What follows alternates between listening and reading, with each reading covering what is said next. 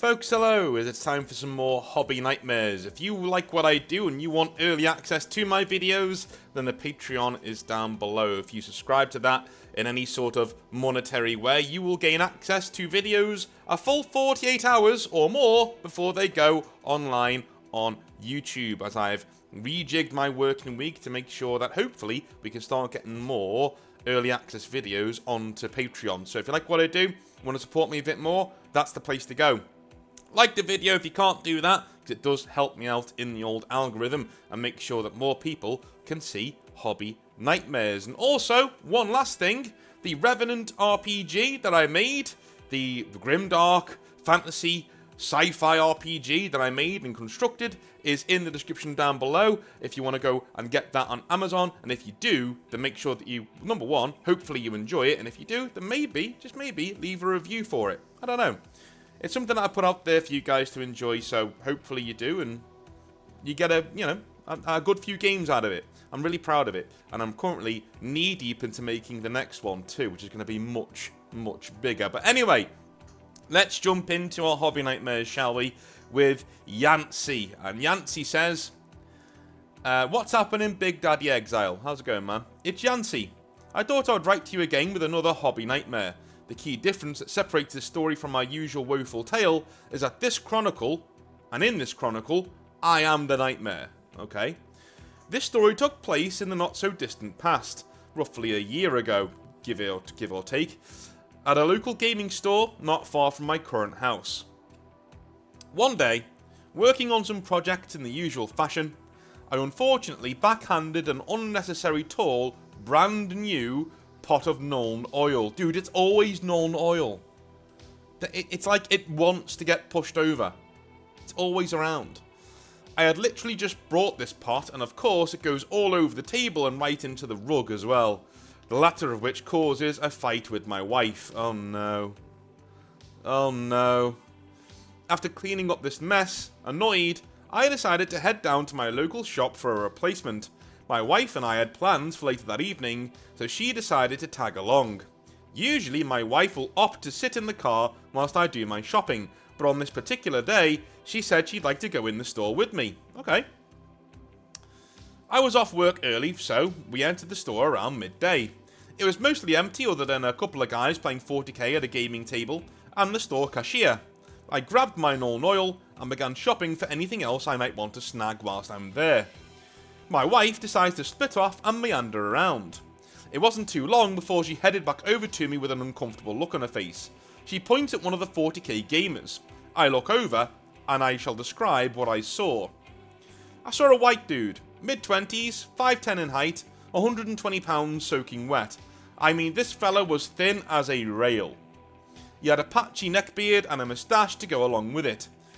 Both that would serve him better shaved.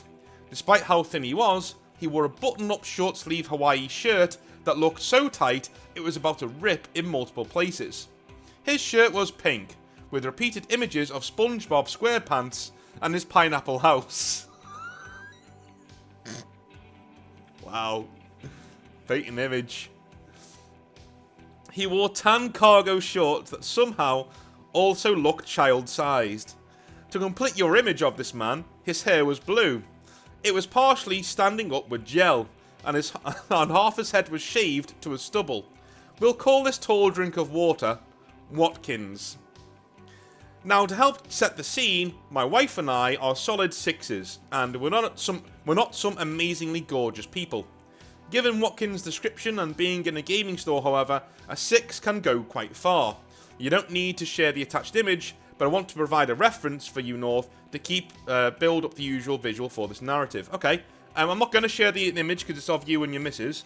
Dude, you're both good-looking people. I'd say you're above 6s.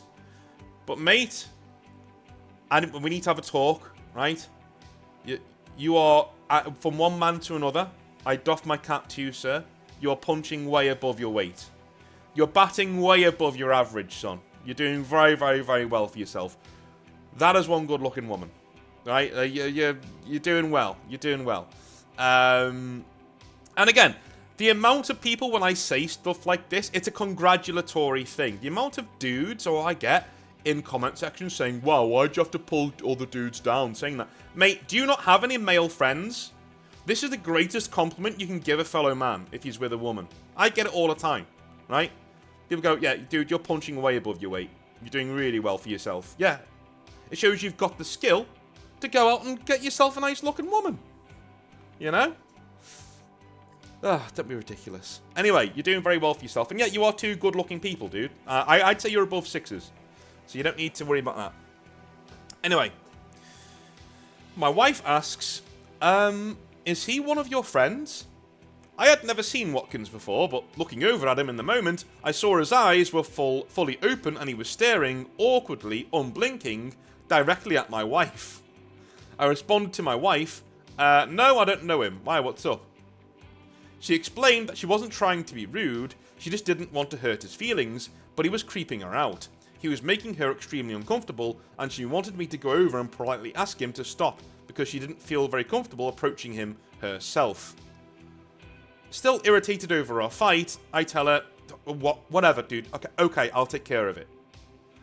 I walk over to the 40k table, Watkins nervously looking up at me. I smile and introduce myself, and I say to Watkins, hey dude, do you see that girl over there?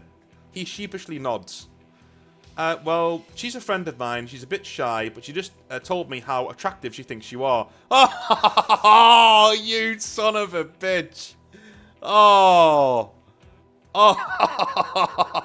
Oh. This is something only a long-time couple would do. This because he knows. Yancey knows his woman's safe with him, right? Nothing's gonna happen. But he's like, right, you really annoyed me. I know I spilled my Nuln Oil, but there's no reason for that reaction, and that's really annoyed me, so I'm going to get you back. This is such an old-time couple thing to do, man. Like me and Mrs. do this all the time. Like they play jokes on each other and stuff. It's ridiculous. That's really funny. Well, she's a friend of mine. She's a bit shy, but she just told me how attractive she thinks you are. Unquote. Shocked, Watkins stammers out, what? Followed by, no way, I don't believe you. I reply with a shrug and say, if I was you, I'd ask her out. My petty asshole self wanders back over to the store shelves. My wife walks up to me and says, did you tell him? Really loudly, and I say, I did, and she thanks me. She then splits off to wander the store some more. Oh no, because he's heard all that. He's heard you go back to your wife, and she goes, did you tell him? And you go, yep, I did. No problem. And you smile at her, she goes, oh, thank you so much, and then walks away. Oh my god. Not long after, I watch Watkins awkwardly walk over to my wife and spark a conversation with the opener. It's hella cool seeing a Latina people in the store. Oh no. Oh no. My wife instantly said, wait. That wasn't a typo? Wait. So Yancey just put Latin X, but in one word. Latinx. Latinx? Latinx? I don't know. Anyway, I'll read that again. He says, the opener, it's hella cool to see Latinx people in the store, or Latinx people in the store. My wife instantly said, I don't know what the hell a Latinx is, or Latinx is. I'm a Latina, if that's what you're asking. Watkins takes a step back and says, hey, I was just trying to get to let you know I'm an ally, you know? And the correct Spanish is Latinx. Is it? You really shouldn't be so insensitive. Wow. Wow. Don't say this to a Latina. Like, don't. Like, she'll catch you one of them spicy Latin attitudes. Yancey knows what I mean. He knows what I'm saying, right? Don't... Listen, if you get a Latina girlfriend, right? You just... Be a man, yeah. Stand up for yourself, yeah. Don't take any nonsense, yeah. But you also be a good boy. Like, you be a good boy. Because they don't take any shit, man. Don't. Right? Yeah? One bit of advice I've got to give to white dudes, right? If you date a Latina, or a black girl, be on your best behavior. Be on your best behavior. It ain't like dating white girls. I'm telling you now. It's not the same. It's not the same. And if you think I'm insensitive for saying that, go sit on a fence, alright? A sharp one. Like, I honestly, just behave yourself. Just know it's not the same. Yeah, they are not the same. But joke's on you. I like strong women. Anyway, moving on. I can't believe he said that. Hey, I'm just trying to let you know I'm an ally. And the correct Spanish is Latin. You shouldn't be so insensitive. Right, right, it's like a th sound. A Latin. Oh, yeah, okay. You really shouldn't be so insensitive. Oh my god. This reminds me of like a dude going to a Mexican restaurant and saying like things like jalapeno. Now, it's not jalapeno, it's jalapeno. We know you're white. Stop. Alright? You're not impressing anybody. Anyway. She responds with a raised eyebrow and says, I'm not going to say that. It's orale, right? Orale. Like, you know. Okay. A Blanco colonizer like you is going to put me in my place? Oh no. Watkins goes pale, backpedaling, and tries to explain how he's an ally and that all he's trying to do is protect her rights. Dude, I was feeling really bad for Watkins. I'm not anymore. My wife cuts him off saying, who's trying to take away my rights? You? You're the one trying to tell me what I am and control what I say. Watkins completely shuts down and my wife storms out the store. Told you. Told you. I bet she stomped her feet as well, didn't she? That's Latina. That's a Latina woman. I bet she stomped her feet. And probably swore in Spanish. Very loudly. I make my purchase and soon follow. My petty revenge plot doesn't make me feel any better. It just makes me feel worse. Nah, man. I'd be... Yeah, this is really funny. I made up with my wife that night, and a few days later I see Watkins in the store. I explained to him how the previous encounter was my fault. Good man. That I'm a dick for setting him up, and he seems to take it well. Dude, that's a great thing to do, you know? That's great. I mean, his behaviour sort of makes me think that he had it coming. But, like, yeah, good on you for standing up and saying, look, man, that went too far. I didn't mean to, you know. Good man. Just because he seems to handle it well on the surface doesn't mean he still isn't bothered by it. I offered to buy him a beer, but I guess I shouldn't be surprised if he turns me down. I just expressed that I'm sorry again and drop it since I don't know him that well. I didn't want to push him further and cause any more damage. Dude, if he had any sense, he'd be like, here is a man who looks like he can handle his shit with a gorgeous woman on his arm who is also into the hobby and she doesn't mind him being in the hobby. Yeah, I'll take you up on that beer. Teach me. What are you doing that I'm not doing? What do I need to do to... Dude, this guy's insane. That was a free offer. This guy's insane. So that's my hobby nightmare. Fellas, being mad at your wife and having a bad row doesn't give you carte blanche to be a douchebag. If you do end up making a mistake, be quick to own it and apologise. Watkins, if you're out there, free drinks still on the table, dude. Ah, man. Appreciate you for taking your time to read out the stories, North. Sorry I was the villain in this one. Best regards, Yancey. Mate, you kind of were the villain, but I'm gonna give you a free pass. Like, that was such a good story, that. Yeah. Dude, and I must say, like, as a white guy, I love being able to say things like spicy Latin attitudes and know that there's going to be if any Latina women are listening to this, they're rolling their eyes going, ugh. It warms my cockles. Just makes me feel so much brighter that I annoyed somebody who's on the drive home somewhere. Anyway, Mark says, no need to read this part on stream. I won't then. I won't then. Hey Northern, it's Mark again. I'm pushing this nightmare in the world to hopefully help with the clarity of the writing. Okay. Oh, sorry. I'm putting this nightmare in Word to hopefully help with the clarity of the writing. Okay. This is a short nightmare that escalated rather quickly. I was in one of those hobby lulls where I was not really getting a lot of games in due to life and work. I was excited when I was able to find time to schedule a game.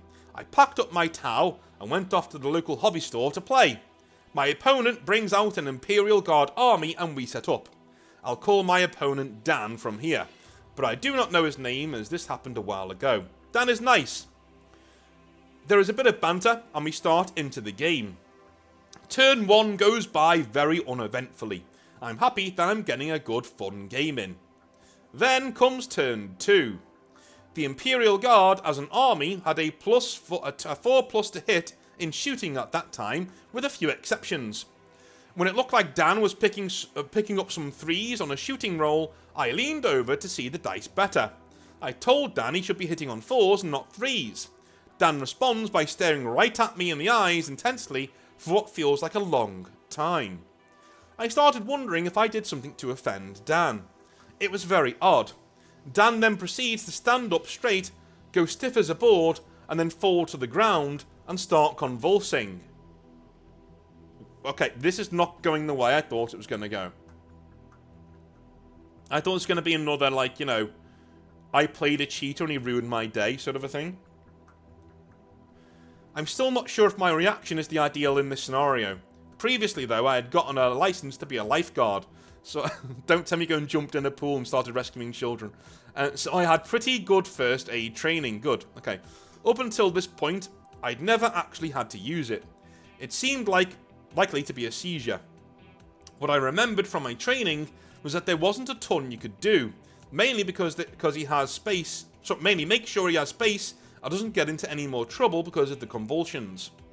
I went to the side of the table and shoved any chairs, bags and people or other items away from him so he wouldn't hit anything.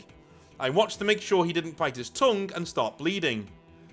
One thing I was taught is that in an emergency or high stress first aid situation, most people really want to help but freeze. They might just not know what to do or are processing the situation.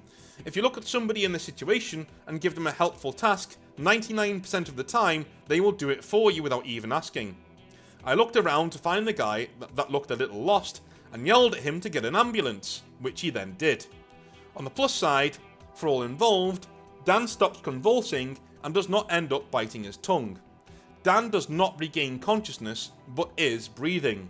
I keep an eye on Dan and make sure he isn't moved. I was worried Dan may have hit his head on the floor when he fell. The paramedics eventually made it over, and I gave them the best details that I could of the incident. They take Dan out on a stretcher to the ambulance. One of the players at the store was a pastor, so has special access in hospitals, and went with Dan in the ambulance. Wow, that's cool. That's cool. With Dan in the right hands, it was time to pack up. I went back to pack up Dan's models for him. Whilst putting his stuff away, I noticed that there was a medicine bottle in the case. It had in big letters, "In case of medical emergency, call this doctor." I take the pills up to the front, and they call the hospital and the doctor. I finished packing up Dan's models and asked them to store and hold them for him. They agree to keep his army until Dan comes back in for them at another time. I pack up my stuff, a little bewildered at the surprising flurry of activity, and head home. Later, when I went back to the store, I asked if they knew if Dan was alright and got his army back, and thankfully, they told me he was alright and had picked up his army. I never saw Dan again because, as I said, I wasn't out at the store a ton, and then I ended up moving to a new city. It was, at the time, a very shocking and shaking incident. There you have it, a shorter nightmare that was obviously much worse for Dan. It came and went very quickly. Cheers, Mark. Wow. Wow, wow, wow. I've often said this a lot, right? So when I was living in the States, I went to a few parties because the family I was living with were quite well connected. And at these parties, you would meet like judges and senators and all these other things that were really good people to know. I think the hobby sometimes can be a bit like that if you've got a really good hobby space and hobby people around you. You never know who you're playing with, right? They could be a paramedic. They could be a doctor, a lawyer. You know, I've come across lots of people like that where you can build up like social relationships that can really aid you in life beyond the hobby just by playing 40k with people, okay? You know, I'm being serious. Like it can happen quite a lot. So I think this is one of those times where, you know, Dan was playing with somebody with some personal responsibility, and also there was a pastor there who could make sure he got the right care that he needed and everything like that. Dude, great stuff. Great stuff. All right. Michael says, hello again, North. Hello, Michael. How's it going? I hope you and your family are doing well. We are, thank you. I have a small nightmare and would love some advice. Before jumping in, I would like to apologise for the last nightmare I sent in. It was a lame and boring rant, so to make up for it, I have written my favourite vodka cocktail at the bottom. It was a recipe I made when I moved the game bar, and it always sold out. I have definitely heard the distinct sound of ice cubes on glass in your recent videos, rather than the silence of a cup of tea. Is that creepy? No, not really. If I record over the weekend, generally, I either have a cold drink or a cold drink with some alcohol in it. So, no, it's all good. Right now, today, it's coffee. Since I've started going away from carbs, I've kind of gone away from drinking Yorkshire tea. I love Yorkshire tea, right? But for me, having a really strong cup of tea with 1 sugar in it was just like chef's kiss. It was really good. Now it tastes quite bitter, which is fine. I like the taste, but I'd rather get the caffeine jump of coffee. Do you know what I mean? Yorkshire tea is amazing at the way it tastes, but I prefer to have a coffee now because it just gives me that buzz and gives me the energy to keep working. Anyway, either way, thanks for providing a platform for nightmares like this. It is very therapeutic to write these out, and even more so to hear your very moderate take. Okay, cool. Cool. I have spent the last couple of months trying to find a group to play Dungeon World with, which is one of my favourite tabletop RPGs, tabletop role-playing games. For those who are not familiar with Dungeon World, it is a rules-light fantasy RPG. It is very story-driven, and you have 3 outcomes on dice rolls. Success, success with a cost, and failure. It is very fun to run with folks new to the hobby or players that love to discuss actions outside of the box. I feel the game allows you to do creative things that would normally be overly limited by rules and other game systems. With that brief description out of the way, here is the nightmare. Yeah, I like systems like this for how easy they are to run, but also they're very easy to make sure that your players abide by certain strictures. So it's very hard to do death in a game like this because it's so spurious in detail. There's no real death state, do you know what I mean? Whereas in other games, like if you get to this number on your HP, you're dead. Well, that's not really a thing in RPGs like this. It's more nebulous. It's more like, oh yeah, you know, you failed, you know, that kind of a thing. Or you succeeded, or whatever. So whilst I really do appreciate games like this, I'm also really reticent to run them or write them myself, because for the most part, I kind of think sometimes it's a bit of a cop-out. A really good rules writer writes an RPG that the rules make sense and work, and you can use every single one of them. To me, that's a good RPG writer, to me. That doesn't mean that games like this don't have their place. They do. Some of them are really good. Anyway. I cannot find players for a game. Don't get me wrong, I can find people willing to play, I just have a set of values that gatekeep most of the people from playing with me. I've attempted to find players using Reddit. No! No! Very cringe, yes. Posting in the local game shop, and even reaching out to the online community boards. Don't use Reddit. It's full of freaks. Like 90% of the people on there are freaks. Don't use Reddit. Especially in the RPG space. Especially in the RPG. Don't use Reddit to canvas for players. They will ruin your good time. I'm serious, right? Most of them are wannabe activists. I'm being serious. I've done it myself multiple times. And I'm friends with a lot of RPG designers. Alright? Alright, when I say a lot, 3. Maybe 4. Right? I'm being serious. I'm acquaintances with about 6. Alright? But I know quite well 3, maybe 4, right? But I'm going to stick with 3. Every single one of them says Reddit is a cesspool. Stay away from it. I've not heard a single RPG designer. One of the acquaintances that I know of, right, is Black Lodge Games. Go ask them about Reddit. And the kind of cretins that you find in the RPG space on that website. For the most part. Okay? Ridiculous. Don't go to Reddit to try and canvas players for your games. Or even get opinions on what a good RPG is. They don't know. Most of them are cringe morons. Alright? Okay. Posting in the local game shop is also a bad idea. It's a bad idea if you don't know the people at the game shop. Do you know what I mean? And even reaching out to the online community boards. I've gone through a variety of comments and interactions, but the same 3 problems come up every single time I canvas for players. Number 1, over-the-top safety tools. What a surprise. What a surprise. This is the number 1 issue people have. I do not have any special safety tools or anything like that in my games. My gaming content is not anything extreme or crazy. I avoid sexual content and extreme politics in my games because it is uncomfortable as a GM for me. If a player has an issue, I ask them to text me or talk to me after the game.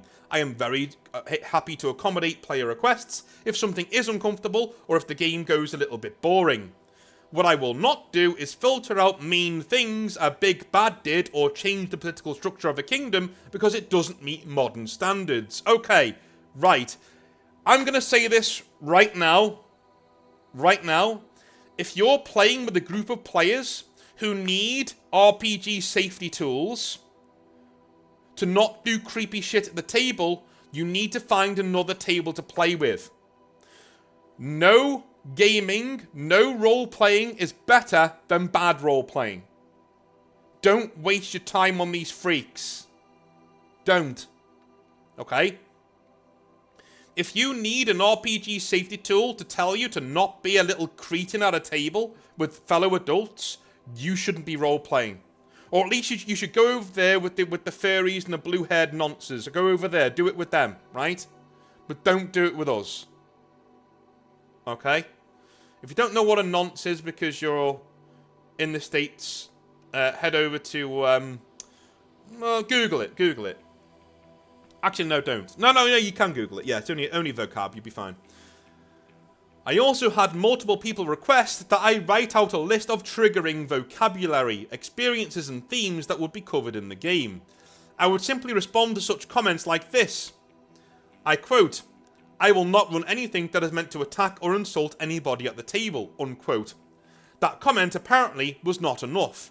I would then receive fairly aggressive responses about the dangers of not using proper safety tools at the table. Dude, these people are freaks. Don't let them near your table.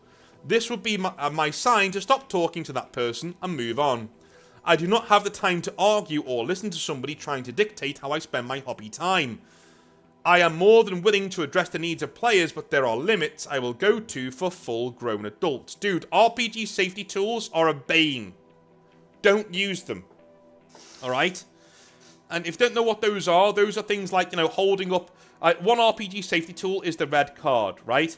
Every player has a red card, and if the game is doing something that they find, triggering in any way, they just hold up the red card. Do you know what happens then? The GM has to stop the scene and move on. Does that sound like fun to you? Dude, grow up. Grow up. Ridiculous. And if you need, I'd say it again, if you need a mechanism like that to stop the people at your table from being weirdos, don't play with those people. Be an adult. Make conscious, responsible decisions on how you spend your hobby time. If you need RPG safety tools to keep you safe at a role-playing table, I don't know how you function in the real world. You probably don't, because you don't have a job and you've got nothing going on for you in life. Number 2. Forcing thematic changes. Oh, no. No. Many people wanted to know the details of the setting we were playing in. That's not too bad.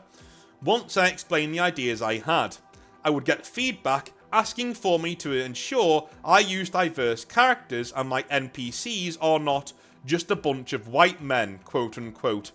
I do not mind adding representation into a game, but I have 2 concerns. The first is, I do not like the idea of changing a bunch of my game's content just to meet a random stranger's preferences. The second is over my concern of wrongfully representing a diverse character. Dude, you're so right. People don't talk about that enough. What if I'm a white dude and I'm comfortable having white people in my setting because that's my culture? That's what I know. Right? That's if my world looks like The Witcher, that's because I'm a white person from Northern Europe. That's who I am. That's where I'm from. Okay? If it resembles a fantasy dark England, medieval England, that's where I'm from. It's full of white people. Okay? I don't want to use Hispanic people, or sub-Saharan black people, or people from the Middle East, or Asian people for the most part, because I don't know anything about those cultures. Or at least if I do, I'd be very frightened of misrepresenting them.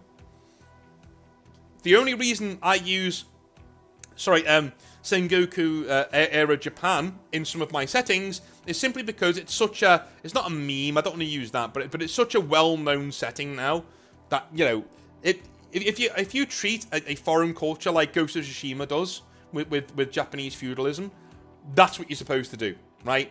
And that's what I try to do. But unless I'm completely comfortable that I can pull it off, I don't use it. I just don't use it, right? And I also know a lot of Japanese folks in the creative space, and almost all of them, in fact, no, all of them that I know of. If you're respectful of them and you get some things wrong, they don't mind. They're like, yeah, dude, that's fine. You're not Japanese. You don't need to know everything. As long as you're respectful and your take is cool, we're okay with it, right? But not all cultures are like that, and I don't want to offend anybody, so I stick to what I know. So I'm not going to put a fucking black person in my Northern European setting just so you feel better. Anyway, what if I make the okay. The second is over my concern of wrongfully representing a diverse character. What if I make the big bad trans, and whilst trying to add this representation, I add something insulting without knowing? I'm very much a moron when it comes to modern day politics and social situations. I'm also not a trans person. Should I really be the one to create these diverse characters I know so little about? I just want to have a good time playing a game where heroes stand up to the evil wizard, find cool magical items, all whilst battling orcs, goblins and scary monsters. I did not realise this was such a complex task. And number 3, false commitment. After filtering out those who I do not want to waste my hobby time with, there are limited options for players left over. The 2 games I tried to set up immediately went wrong. Game 1 had 4 people ghost me, and the only player that showed was totally pissed. The second, I think what he means there is drunk, not annoyed. The second attempt was a newbies only game for people who have never played tabletop role-playing games before. 2 of the 5 players that showed up had 8+ years experience. I repeated this was a beginner game and made it clear in my posts and emails. The veteran gamers told me they were dropped from their last game and complained that it was hard to find new games. I asked them to leave and then ran the game for the remaining 3 newbies. Oh, that's not cool. Hang on. Dude, they're struggling to find games as well. Why can't they join you in teaching these new people how to do the hobby? Then you've got a 5-person game, and you've got 2 experienced role players who may be on the same wavelength as you to do more games within the future. Don't kick them out of your table. That's a stupid thing to do. Unless they're being assholes about it, then fine. But if they're not, what are you doing, dude? You're causing your own problems. After the session, the players were excited and eager to continue, but due to work scheduling and life, the game kinda dissolved. I tried to stay in contact, but 2 of the players moved away, and the other now works swing shifts. This is my nightmare. Am I too strict with my standards? I feel I can find a group. I feel like I can find a group. It's just not the group I want to play with. This whole situation feels like being single in your 30s, you know? Oh, that's a good analogy. That's a good analogy. Fair dues. Yeah, good analogy. All the people worth your time are taken, and the majority left available are the discarded crazies and narcissists nobody wants to be around. I want to keep trying to find players, but the constant rejection and difficulty is demoralizing. It sucks that I put a lot of work and time into something I can't even play. I have discussed this issue with some close friends, and one has suggested I use my enthusiasm for Dungeon World and D&D to make a YouTube channel. I have contemplated doing just that in the past, but I have no clue where to start. I feel like I have to drive and would enjoy creating useful content, but it is difficult to know how to get a channel going. Is it the equivalent of somebody pointing at a blank canvas and saying, do art? What do you think? What would the best first step be towards creating a channel? As always, I appreciate your time reading this. Thanks again for all the great content you create and advice you provide to people. I try to like and comment on a lot of your videos since I don't really have the income to throw money at you just yet. Dude, don't worry about me. You look after yourself. Maybe one day I will, but until then, I salute you with a thumbs up and a sarcastic line in the comments. Thanks, Michael. Okay, so, alright. First thing I've got to say is, you made a mistake with those two older gentlemen. You should have kept them around, okay? So you are being too harsh on some people. I will say that. Unless they were being dicks and you just haven't said here, right? They may have just been looking for a game and be like, look, I'll join this game and I can help run it for the newbies, right? You know, that's what you do. So you did shoot yourself in the foot there. In terms of your standards of who you want to play role-playing games with, no, mate, you're not being too harsh at all. You are gatekeeping your little heart out, and you should. You should gatekeep your hobby time. No gaming is better than bad gaming. Don't waste your time on these freaks, okay? Number 3, maybe use the Discord.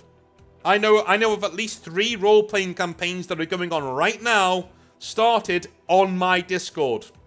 From people who just met each other, got together online, or even in real life, and started role-playing.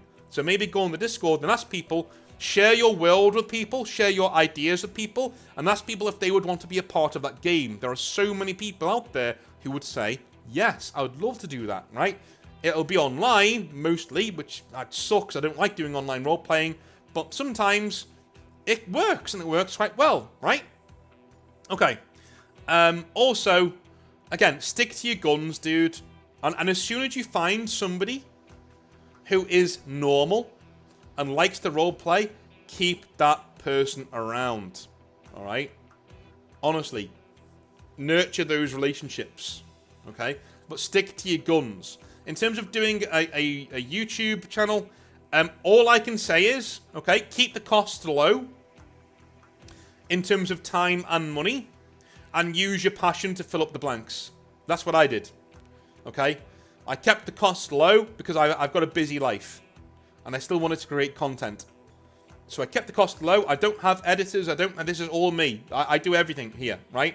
I canvas and read the Hobby Nightmares. I write all the 40k rants myself, right? And the costs are low. This is a one-man shop. This is all I do, right? So make sure you do that. Keep the costs low. Keep it ghetto. Keep it low. Keep it, you know. And use your passion for the hobby and what you're saying and your opinions to make up the difference. And then as you get more and more and more credible and successful, then you start bringing in more people. Then you start bringing in editors and things like that. I still don't do things like that because I just don't need to at the moment. You know, I maybe one day. But right now I'm doing okay, and I don't have to pay anybody. You know, I can just do it on my own. So that's what I would do if I was setting up a YouTube channel now. Have something to say. Don't look at it as a money-making exercise. Have something to say and go out there and be passionate and say it, right? And if it doesn't go anywhere, that's fine. But all the people who are successful, all of them have something to say, at least at the start. Some of them go off the rails, yes, but all of them have something to say at least at the start, especially in this hobby, right? All right, cool. P.S. He says, more people need to watch your gaming channel. Excellent rants and great topics. Cheers, man. Yeah, the Northern Exile gaming channel is out there for you to watch. And if you do miss me playing Space Marine or anything on stream, or you catch a stream and you're like, wow, this is like beyond where we were last time, well, the other parts are on the Northern Exile gaming channel, so go and check that out over there. Right, I love you all long time. I will speak to you tomorrow for some more 40k rants where we're going to talk about female custodians again. Tomorrow. Yeah. Awesome. See you then. Bye now.